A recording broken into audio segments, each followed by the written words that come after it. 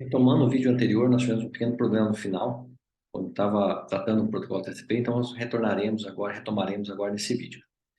Pensando no protocolo TCP, o que nós queremos fazer então é com que a aplicação receba da rede um comportamento similar a uma rede de circuitos. Então nós tínhamos na camada 2 uma rede de circuitos, naturalmente a informação, se eu mando a informação, ela chega no destino na mesma ordem que eu enviei, que essa máquina enviou. E se ocorre a perda de uma informação, todas posteriormente também são perdidas, né? Então, numa rede de circuito eu tenho confiabilidade. Quando nós colocamos uma camada IP em cima, uma camada 3 com protocolo IP em cima, que sobre vários circuitos mandam pacotes, roteia pacotes, então eu posso ter um pacote de uma mesma informação, dois pacotes que tratam a mesma informação de aplicação, trafegando por circuitos diferentes. É possível que esses pacotes ou se percam ou cheguem em ordem, então eu perca pacote ou esse pacote chegue em ordem inversa porque foram enviados ou ocorra um retardo. Então, primeiro, para que eu consiga ter o comportamento de circuitos para as aplicações, a primeira coisa que eu preciso fazer é estabelecer uma conexão.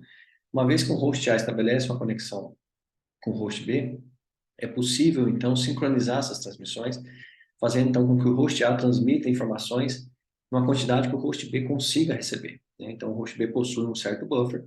Conforme eu vou mandando essas informações, esse buffer vai enchendo e a aplicação vai consumindo da camada de transporte, e pode ser que a aplicação demore para consumir essa informação. Então, de alguma forma, a camada de transporte TCP, o TCP do host B, precisa avisar o host A para que ele mande menos dados, né, para que ele reduza a quantidade de dados transmitidos, para que não ocorra um transbordamento de buffer. Da mesma forma, eu preciso controlar congestionamentos, porque toda vez que uma aplicação envia uma informação e ele não recebe, então, essa comunicação esse ACK, né, esse retorno de que, ok, recebi o pacote, porque observe, se eu tenho agora uma conexão em um circuito, toda vez que eu mando uma informação, eu preciso receber uma confirmação de que dizer, essa informação foi recebida.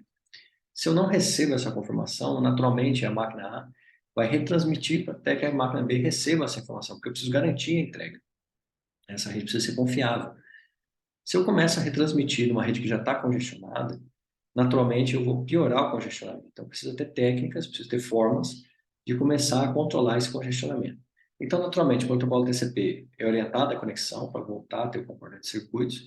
Uma vez que eu crio essa conexão, eu consigo fazer agora uma transmissão confiável, porque eu controlo o sequenciamento, então eu sei qual informação está indo antes de qual, então eu consigo remontar ela no mesmo formato, na mesma sequência no destino. Eu consigo controlar erros e consigo controlar fluxo, né? E quando se diz controlar fluxo, tanto a quantidade de dados está indo e voltando, como também a questão do congestionamento. E aí, então, eu crio esse sistema de circuitos virtuais, que nós chamamos de data streams, né? E aí, naturalmente, só para frisar, né? As informações continuam sendo enviadas por pacote na camada 3. Mas para a camada de transporte, agora eu tenho um fluxo. Eu pego o ponto de dados da aplicação, coloco isso em vários pacotes, recebo no destino final e vou montando um buffer. Então, esse buffer que eu estou montando tem informações de vários pacotes. Eu não tenho mais aquela ideia que eu tinha no DP de que um pacote é uma informação, né? No DP eu mando o pacote é colocado no buffer, né? Um datagrama, a aplicação lê um datagrama específico. Aqui não, nós temos então dois buffers que estão vinculados via socket, eu começo a escrever de um lado, como se fosse um arquivo. A camada de rede vai fazer essa transmissão via pacotes, mas eu não tenho mais a vinculação das escritas com os pacotes que são enviados. Então eu escrevo, lá naturalmente eu faço uma leitura, eu posso escrever mais dados e ler menos dados, e posso trafegar isso com quantos pacotes forem necessários. Como eu estou criando um sistema orientado à conexão, naturalmente eu não consigo fazer comunicação broadcast e nem comunicação multicast. O único tipo de comunicação que eu consigo executar é uma comunicação unicast, porque eu preciso agora ter um socket estabelecido com IP de origem, porta de origem, IP destino, porta destino. Mas como eu tenho uma conexão, a aplicação que vai receber nas portas, isso tanto na origem, né, enviar e receber, tanto na origem quanto no destino, elas precisam fazer um bind com essa porta, ela se vincula à porta. E como agora os pacotes, são múltiplos pacotes trafegando informações de uma única aplicação, eu preciso entregar todos esses pacotes para uma única aplicação. Então, eu não consigo mais controlar pacotes, porque eu não estou, na camada de transporte, no TCP, ele não está mais observando pacote, ele observa fluxo. Então, eu tenho uma aplicação conversando com uma outra aplicação, de um host com outro host. Então, a única comunicação que eu tenho disponível é a comunicação unicast. O formato do protocolo também, né, o cabeçalho, também é um protocolo 32 bits. Da mesma forma que o DP, nós temos a porta de origem e porta destino com 16 bits. Ou seja, eu posso ter 65.536 portas, né? Então vai de 0 a 65.535. Lembrando que pela IANA, as portas de 0 a 1024, né, de 1 a 1024, são portas bem conhecidas ou estabelecidas, são portas reservadas. Eu não posso usar isso como uma aplicação, então se eu crio uma aplicação nova, eu deveria usar uma porta da 1025 acima, né? Então porta 80 já é uma porta reservada, 443 a 22 para SSH, 21, né, e 25 para SMTP, 110 para POP. Então todas as portas abaixo de 24, sempre que existe um serviço padrão, padronizado, é utilizado, é estabelecido uma porta abaixo da 1024. Então nós temos aqui, voltando, né, retomando, a porta de origem, porta de destino, da mesma forma, 16 bits, então até 65.535. Existe um número de sequência de 32 bits, e esse número de sequência, nós temos um slide posteriormente, que vai demonstrar isso, né, mais detalhe, mas esse número de sequência é utilizado para garantir a sequência das informações. Então, no momento que eu vou escrevendo no buffer, e esse buffer vai sendo esvaziado, vai sendo encaminhado, seja em cima de um pacote ou múltiplos pacotes, ele possui um número. E esse número, quando chega no destino, é um número que é utilizado para reordenar essa informação, né? Então, naturalmente, nós vamos enviando essas informações e vamos reordenando ela no destino. Nós temos o número de acknowledge. Esse número de acknowledge é uma confirmação do recebimento. Então, toda vez que eu mando uma informação ou um conjunto de informações, eu recebo um acknowledge dizendo, ok, eu recebi essa informação. Esse acknowledge pode ser individual, então eu posso mandar sequência 0, acknowledge, né, dar um ACK do 0, ou eu posso ter isso cumulativo. Então, eu mando a sequência 0, sequência 1, 2, 3, 4, até a sequência 100, por exemplo, e eu recebo um acknowledge 101. Ou seja, quando eu recebo um acknowledge 101, está dizendo que ele reconhece todas as sequências de 0 até 100 e aguarda a sequência 101, que é a próxima que deve ser enviada. Então, o host já enviou a sequência 0 até a 100, host B foi recebendo essas sequências e mandou um acknowledge dizendo, olha, eu reconheço, então acknowledge 101, eu reconheço todas as informações enviadas de 0 até 100 e estou aguardando a 101. Isso quando ele é múltiplo, né, acumulativo. Quando ele é individual, eu mando a sequência 0, ele responde com ACK 1, ou seja, eu reconheço a sequência 0 e aguardo o 1. Então, de forma resumida, toda vez que eu tenho um ACK retorna do host destino, sempre o número que eu reconheço é o número da sequência que eu aguardo. Então, se eu reconheci o 101, é sinal que do 0 ao 100 está tudo ok. Eu não preciso ficar dando ACK para toda a informação que chega. Eu posso fazer esse ACK de forma acumulativa. Então, sempre que eu respondo, eu estou dizendo, olha, desse número que eu respondi para baixo, está tudo ok, eu aguardo esse número agora como próxima sequência.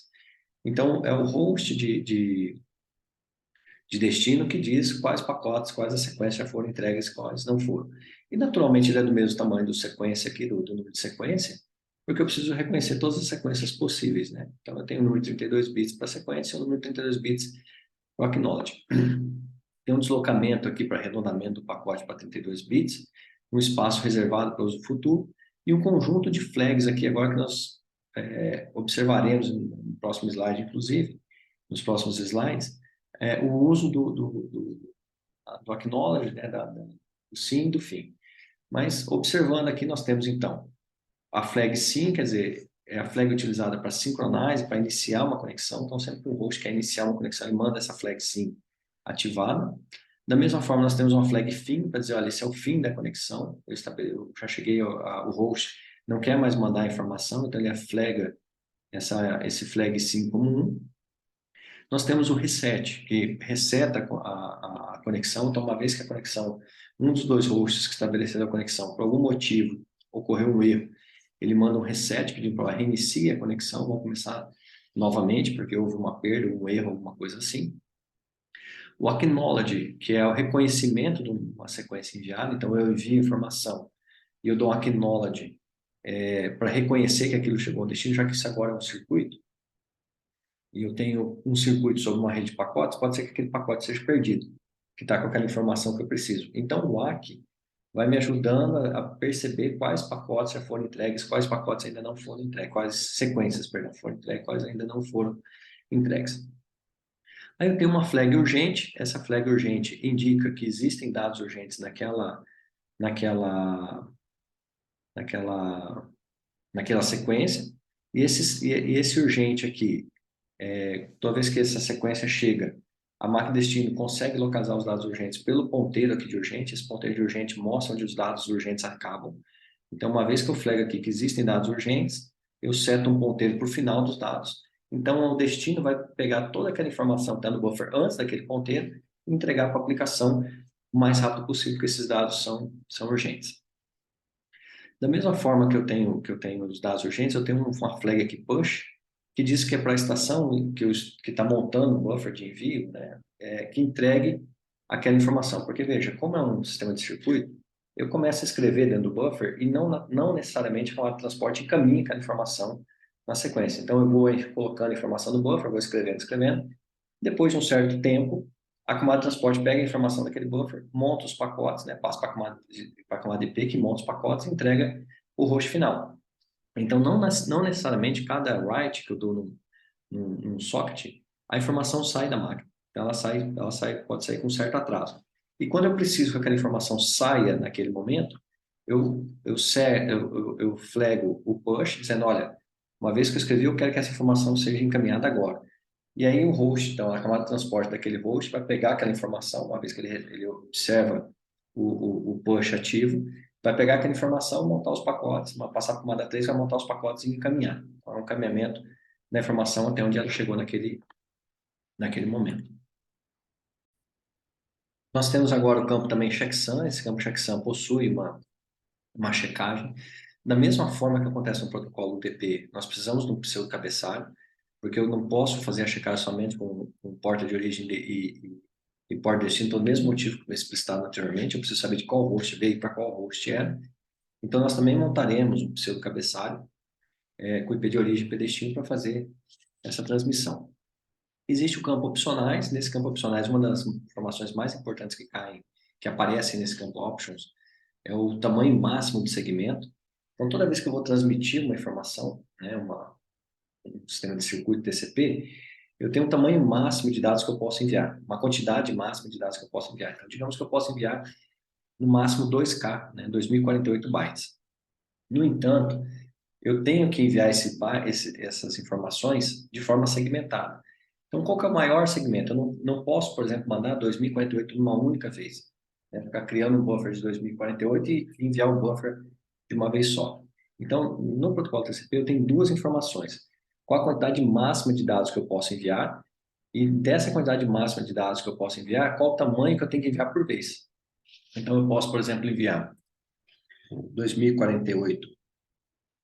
Então, eu posso enviar, por exemplo, aqui 2048 bytes, sem ter um ACK, sem ter um acknowledge, sem a estação B me dizer, olha, a aplicação, a camada de transporte B me dizer, ok, posso confirmar, mas nesse limite de informação que eu tenho que enviar, eu tenho um limite aqui máximo para fazer as escritas de fato, para fazer a montagem dos pacotes e encaminhar. Então, eu posso enviar 2048, mas eu tenho que enviar em fluxos, ou melhor, em segmentos, de 536 bytes. Então, eu vou enviar 2048 bytes, mas dividido sempre em rajadas, ou em fluxos, em segmentos de 536.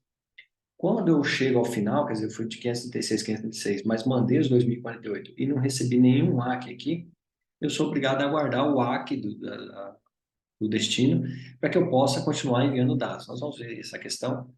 Esse tamanho a quantidade de dados que eu posso enviar é representado nessa janela. Então, essa janela me diz, e aí nós percebemos que é uma janela de 16 bits, então vai também até 65.535, que diz a quantidade de bytes que eu posso enviar sem confirmação. Então, eu posso ir enviando esses dados sem que venha um ACK do destino, até esse limite dessa janela, que nós chamamos de janela deslizante. Mas, nesse período que eu estou enviando, eu tenho que enviar em segmentos de 536, que é a informação padrão. E, naturalmente, embaixo eu tenho a parte de dados, né, que é onde vai o protocolo IP, então, né, o protocolo da aplicação. Então, só retomando aqui, na parte de dados, naturalmente, aqui dentro eu vou ter uma parte que vai ser o cabeçalho da aplicação, mais a parte de dados da aplicação. Quando eu vou estabelecer uma conexão, né, quando eu preciso estabelecer uma conexão, então o host A, no início da conexão, ele manda um pacote, um segmento, né, para o host B, com a flag sim ativada, dizendo, olha, eu preciso conectar, e cria um número de segmento. né? Aqui no nosso caso, o segmento está com o número 0. Então, se nós olharmos aqui, essa flag sim vai ter que ir ativada e o sequence number aqui está como 0. 0, eu preciso fazer uma conexão. Uma vez que essa informação foi até o host B, e o host B possui o vínculo na porta, a aplicação está vinculada àquela porta, né? Então, eu fiz um connect, esse pacote sim sai do connect, fiz um connect. Antes desse connect acontecer, aqui o host B tem que ter feito o bind na porta, e além do bind, né, ele tem que ter dado um listen, e também precisou de um accept. Uma vez que ele fez isso, a aplicação aqui é suspensa, e fica aguardando até que se chegue uma requisição. Aqui a aplicação é suspensa, né? Quando a aplicação aqui faz o connect, então é enviado aqui essa informação com a flag SYN ativada e com o número de sequência. Quando esse connect, né, esse SYN, esse pacote SYN, essa sequência, né, com a informação, esse protocolo de camada 4, né, TCP, chega com a flag SYN ativada, a aplicação sai então do modo suspenso e passa então para o modo run, ele começa a rodar, começa a ser executado, o processo volta, atende, faz a reserva de buffer que tem que ser feita, né, as demais configurações, olha o tamanho da janela, por exemplo, e responde dizendo, olha, sim, preciso, né, quero conectar também, e reconheço então a sua sequência 0. Então, observe que aqui a questão que eu disse anteriormente, quando nós mandamos um ACK aqui com o número 1, quer dizer que está reconhecendo a sequência anterior de A. Então, aguardo a próxima sequência que precisa ter o número 1. Né? Então, a próxima sequência vai ter o número 1 e a sequência de B aqui também é 0. Então, nesse momento que eu estou voltando, eu estou flaggando aqui a flag SYN, a flag ACK, reconhecendo a sequência anterior e mandando uma sequência para B. E aí, finalmente, no que nós chamamos de three-way handshake, ou seja, na estabelecimento de conexão de 3 vias, nós mandamos aqui agora só um ACK, observe que o SYN não aparece mais, o SYN aparece só nas 2 primeiras vias.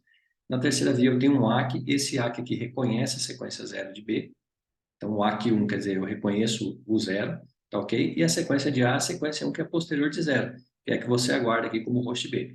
Uma vez feito isso, as duas máquinas, as duas aplicações, as duas camadas de transporte, estabeleceram a conexão. Então, a partir desse momento eu consigo estabelecer um circuito entre as duas aplicações via camada de transporte. E a partir de então, eu posso ter comunicação aqui, full duplex, em ambos os destinos, sem que eu tenha interrupção, né? Sem que eu tenha que fazer nova conexão. A não ser que venha um reset no meio, e se ocorrer um reset, aí sim eu precisaria começar de novo, faço um novo handshake, começo de novo a contagem da sequência. Aqui embaixo eu coloquei um sniffer, né, um Wireshark capturando os pacotes, para mostrar esse handshake sendo estabelecido pelo protocolo TCP, com a origem 9268.18.15, destino 200, 144, 245, 207. Então, nós temos aqui a informação, a flag SYN, né, ativada, sequência 0, quer dizer, a máquina 92 mandou essa informação para a máquina 200, 144, 245A, 207, então essa máquina. Então, essa máquina A e essa máquina B, né? Aqui nós temos, então, a conexão, a flag SYN, sequência 0. O tamanho da janela, a janela está no tamanho máximo, pode mandar 65.535 bytes de informação. Então, eu posso ir mandando essa quantidade de informação sem receber um ACK. Né? Naturalmente, eu estou abrindo a conexão, aqui a máquina 92 está abrindo a conexão, então ela manda a janela no máximo. Aqui o máximo de segmento que ela aguarda, né? Ou seja, pode me mandar a informação até 2.000, até 105.535, mas me mande em segmentos de 1.460. Observe que ela não usou o tamanho padrão. Né? O tamanho padrão aqui, 536, IPv4, é que ela já pediu 1.460. A máquina B, por sua vez, respondeu então para a máquina A também, dizendo, ó, inicie o sincronismo, e também flegou o ACK. E ele está reconhecendo qual sequência? A sequência 1. Então, se eu tenho a sequência 1 aqui, eu estou reconhecendo a sequência 0 de Z, de S, de A, e a sequência de B é 0.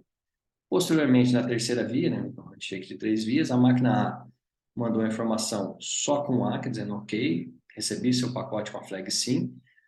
A minha sequência é 1, que é a que você aguarda, que é posterior à sequência anterior, e reconheço a sua sequência 0. Né? E a janela agora, 131.584, e continua-se, então, a partir daí, uma conexão full duplex entre as duas máquinas. Não tem mais a restrição de, de sequência. Então, eu só tenho uma estabelecimento de sequência quando eu faço o handshake de 3 vias. Então, eu sou obrigado a mandar dial connect, B responde com sim ACK, depois vem o ACK, posteriormente aí a troca de informação não precisa mais de ordenação. Pode ser em ambas as direções. Lembrando que toda vez que eu vou trocar essa informação, a minha sequência aqui vai seguindo um padrão, né? Então, A, a sequência sempre vai subindo, e B também a sequência vai subindo, e elas são independentes entre si. Da mesma forma que eu estabeleço conexão por um handshake de 3 vias, eu também preciso finalizar essas conexões, porque não posso simplesmente o host A estabelece uma conexão, cria essa ideia do circuito, conceito do circuito, e aí, de repente, o host A para de transmitir e o host B continua com aqueles buffers reservados. Ou, ao contrário, o host B para a comunicação e o host A continua mandando e vai perceber que pacotes não são confirmados quando começam a retransmitir esses pacotes. Então, nós precisamos também finalizar esse circuito. A finalização, então, é feita em 2 vias, né, para cada via. Então, para cada lado, então, o host A faz uma conexão de uma finalização de 2 vias e o host B também faz uma finalização de 2 vias. Então, preciso finalizar de ambos os lados.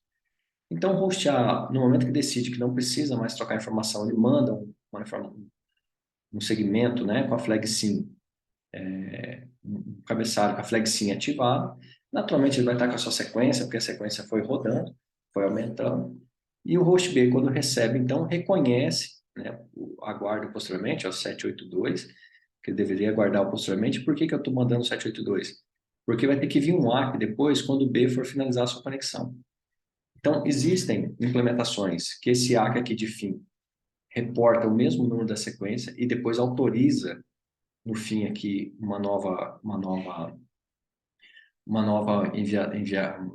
mensagem de A, e tem implementações que já mandam com A que é aguardando, autorizando a próxima envio, né? Porque veja, A quer finalizar, mandou 781, B reconheceu e aguarda 782 e a sequência de B é 548. Nesse momento, A não pode mais enviar dados para B, apesar de estar autorizado aqui. Por isso que muitas implementações manda um ACK aqui com 781, ou seja, não autoriza mais nenhum envio, né, que é o mais o recomendado.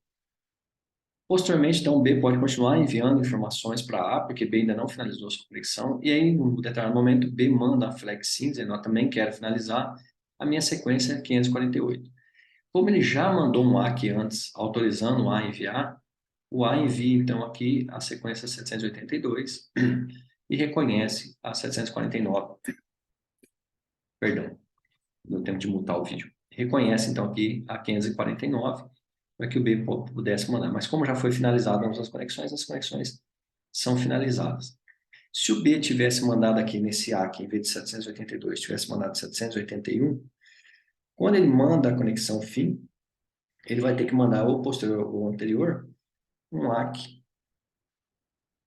aguardando 782, né, para que ele possa receber a sequência 782. Então, em algum momento, ele vai ter que fazer essa autorização. Da mesma forma, eu passei aqui, coloquei uma captura de Wireshark, de um sniffer, né? De 200, 129, 242, 6 para o 92681815. Aqui reconhecendo o ACK, né? Então o ACK mandou o fim, né? Antes aqui ele reconheceu o 781. E aí, então, ele finaliza posteriormente, olha, fim, um ACK, né? Aguardando o 782, só para representar aquela opção de não ter vindo aqui o 782, ter vindo o ACK de 781. Então, antes dele mandar o fim, ele reconheceu, né, veio o A aqui finalizando, ele reconheceu o 781. Nesse momento, A não pode mais mandar informação. Então, quando ele manda o fim ACK, daqui ele já autoriza o 782, e aí, então, o A pode mandar seu ACK aqui com 782, dizendo, olha, ok, finalizamos a conexão. Observe que o fim é enviado somente pelo host que quer finalizar e o ACK pelo outro host que aceitou a finalização. Com relação ao controle de sequência, esse controle de sequência, né, como eu havia dito anteriormente, ele é feito sempre via ACK. Então, se nós observarmos aqui embaixo, nós temos o host 200.129.242.6 enviando informação para o 92681815, com um ACK aqui da sua sequência 1401 e reconhecendo a sequência do 92 a 518. Então, naturalmente, o 92, quando vai enviar a informação para 200, sendo de 92426, ele precisa enviar a sequência 518, que é que o ACK foi reconhecido. Ou seja, até o 517, ele reconhecia todas as transmissões.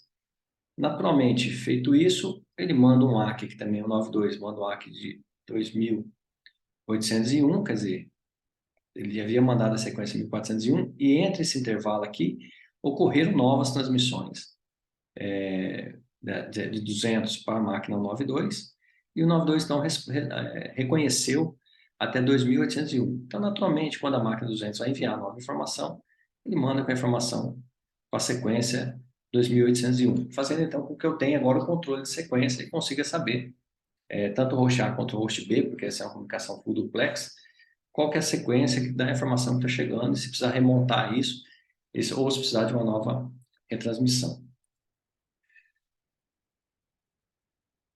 Com relação ao tamanho da janela, ou seja, o controle de fluxo, que nós havíamos dito, então toda vez que inicia-se uma transmissão, eles fazem um handshake de 3 vias, uma janela é informada. Então, digamos que essa janela informada seja uma janela, como está aqui no nosso exemplo, de 4K, ou seja, a máquina pode mandar, a máquina A pode mandar para a máquina B 4K de informações, claro que dentro do MSS ela vai mandar vários segmentos até 4K. Então, digamos que na primeira transmissão aqui, ela mandou 2K com a sequência 0 e preencheu essa janela, ou seja, eu preenchi aqui e enviei já 2K. Uma vez que ela mandou esses 2Ks, se existe um ACK aqui intermediário, o que esse ACK está dizendo? Olha, ok, você pode mandar agora mais 2048. Por quê? Esses primeiros 2K que foram preenchidos aqui precisam ser consumidos pela aplicação. Então, eles foram recebidos, quer dizer, eu reconheço esse ACK, que eu estou reconhecendo todas as informações, porque eu já recebi elas aqui, mas eu não tenho espaço no buffer aqui, porque meu buffer é só de 4K. E a aplicação, então, precisa retirar esses 2Ks daqui para que eu possa liberar novamente. Então, eu tenho uma confirmação positiva, né, da janela, dizendo que ela pode continuar transmitindo, mas eu tenho menos espaço na janela agora para que você possa encaminhar. Então, na sequência, a aplicação A continua enviando essa informação, manda mais 2K, então com a sequência 2048, ele está esperando. Nesse momento, então, eu tenho um buffer cheio, porque chegou outro conjunto, outro conjunto de dados que preencheu esses 2Ks aqui, né, fazendo com que a minha janela de 4K estivesse toda ocupada, quer dizer, meu buffer está todo ocupado, e a aplicação ainda não recebeu, não fez a leitura desses dados. Então, nesse momento, eu mando uma janela fechada, ou seja, eu não tenho espaço nessa janela para que seja feita uma nova transmissão. Então, eu reconheço as informações, chegou mais 2048, eu reconheço aqui, então, até 4096, quer dizer, tudo isso aqui está íntegro, eu já chequei, mas a aplicação não retirou para esvaziar meu buffer. Então, você, máquina A, que não pode transmitir ainda. Quando a aplicação vai e faz a leitura do início, né, retira, então, essa informação, esses primeiros 2Ks desse buffer, é como se eu tivesse a janela deslocando para a direita, ou seja, fez essa leitura aqui agora, então a minha janela que antes estava aqui, agora ela passa a ficar aqui, ou seja, eu tenho aqui nesse momento 2K ocupado, mas tenho mais 2K para transmitir. Na realidade, isso é o tamanho do buffer disponível. Mas o conceito criou-se janela deslizante, que é como se eu estivesse deslizando. Então, eu tenho a janela de 4K, preencho de dados. À medida que a aplicação vai retirando essa informação aqui do buffer, é como se eu fosse levando o fundo da janela sempre para a parte que está cheia, deixando eu colocar novas informações no final, como se eu estivesse deslocando essa janela. Então, aqui eu tenho uma confirmação, né, quando o buffer está cheio, uma confirmação nula, ou seja, eu não posso mais mandar informação, pacote de informação nenhum. Então, a máquina aqui não pode mais transmitir, apesar de estar confirmado todos os dados, que está tudo íntegro, eu não posso transmitir. Quando a aplicação, então, leu esses 2Ks iniciais, eu mando agora novamente um ACK, reconhecendo o mesmo sequência. Observe que eu não recebi mais nenhum pacote entre esses dois, né, nesse espaço de tempo aqui, eu não recebi nenhuma informação a mais, nem nenhum segmento. Então, eu confirmo até onde eu tinha recebido, e eu aumento, abro então a janela. E aí, por que eu sou obrigado a mandar esse ACK? Porque essa confirmação, essa informação que está vindo, é no fluxo transmissor-receptor. Então, essa janela é entre o transmissor e o receptor. Existe uma outra entre receptor e transmissor. Os dados que estão sendo enviados de B para A, existe uma janela também estabelecida. Então, quando eu mando esse ACK, eu estou mandando em relação à janela da transmissão.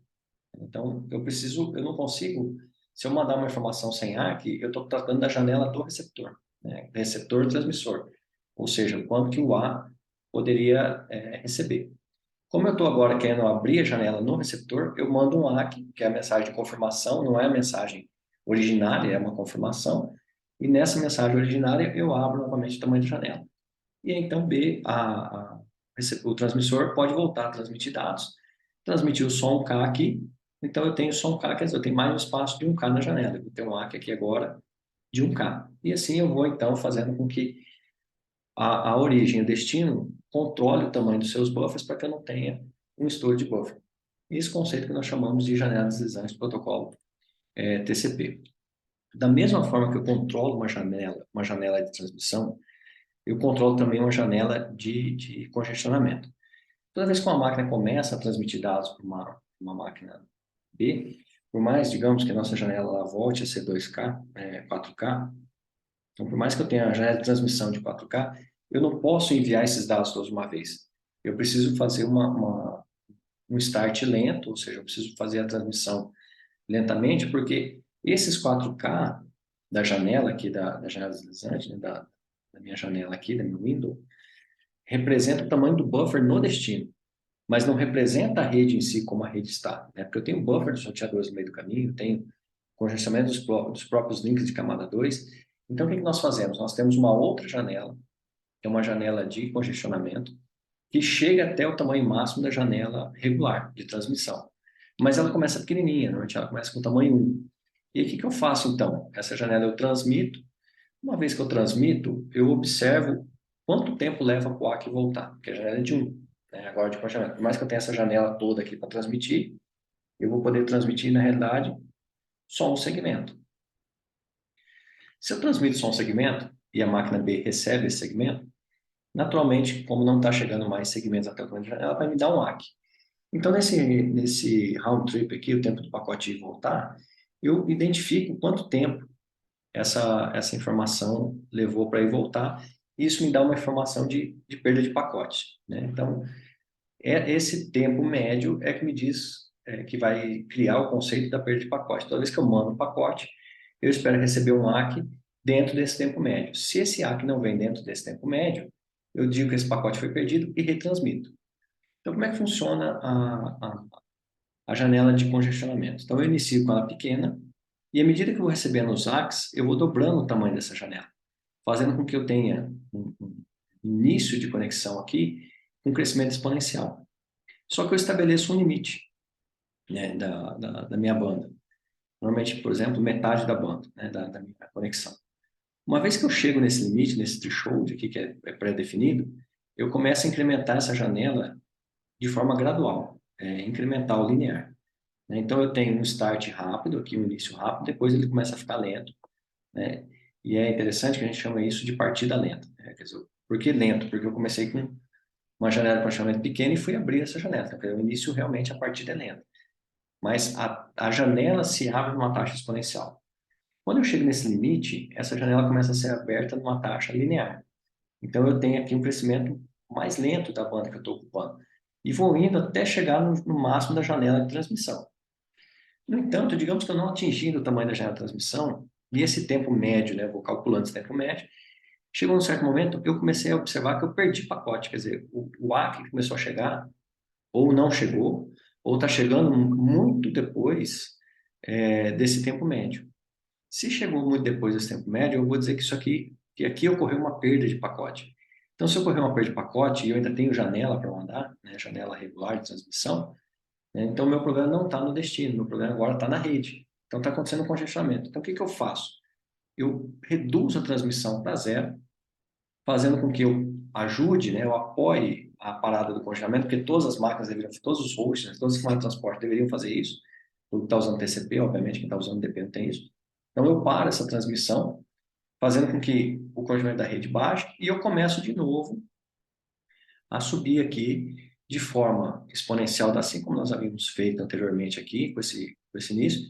No entanto, eu baixo o meu limite aqui, meu threshold, para passar aqui de exponencial para linear, para metade do tamanho. Então, se antes aqui eu tinha 30 e poucos K, eu vou passar até aqui em torno de 18, 20K de limite. É metade desse tamanho aqui, né, desse espaço.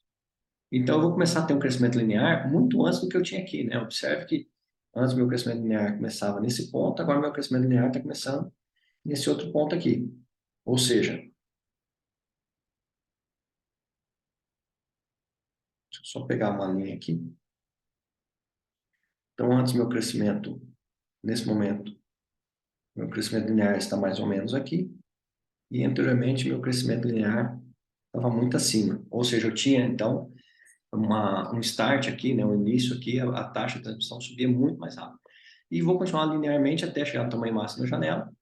Caso eu não tenha, eu chego no tamanho da janela e continuo tendo os ACs, isso aqui se estabiliza, então, pelo próprio tamanho da janela. Aí vai depender do destino. Então, o controle de congestionamento, se a rede estiver congestionada e o buffer do usuário final não, ele vai controlar esse congestionamento, vai apoiar esse congestionamento, vai fazer esse controle de congestionamento. Uma vez que a rede não está congestionada, quem vai dizer a taxa de transmissão de fato é o destino. Por isso que quando nós começamos a fazer downloads, nós temos sempre essa impressão, né? Ele inicia rápido, depois essa velocidade ela cai, porque começa a ter perda de pacote, né? Perda não, aumento, né? No geral, quando não tem congestionamento real, eu começo a ter um aumento desse round trip, desse tempo do pacote voltar. E aí observe que não é o pacote, é o ACK que volta, né? Uma vez feito isso, então eu começo a ter aquelas conexões que elas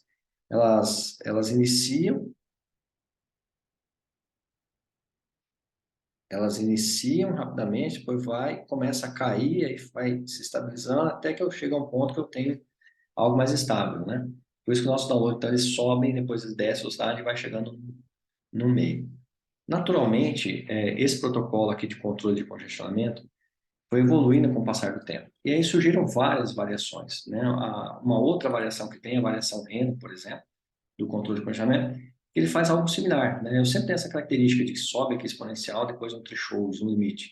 Eu passo a ter linear, mas a minha queda aqui no, no modelo Reno não é tão brusca quanto no modelo tradicional. No modelo tradicional, uma vez que eu perco o pacote, eu aumento muito esse tempo de round trip, eu volto a zero a minha conexão, né? Quer dizer, como se eu estivesse retirando tudo dos links. Com o aumento da velocidade dos links mundialmente, então o modelo Reno, por exemplo, se adapta melhor, porque ele não cai mais para zero, né? Ele vem aqui só até o novo limite estabelecido.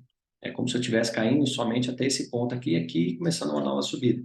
Então eu começo a ter algo assim aqui, né?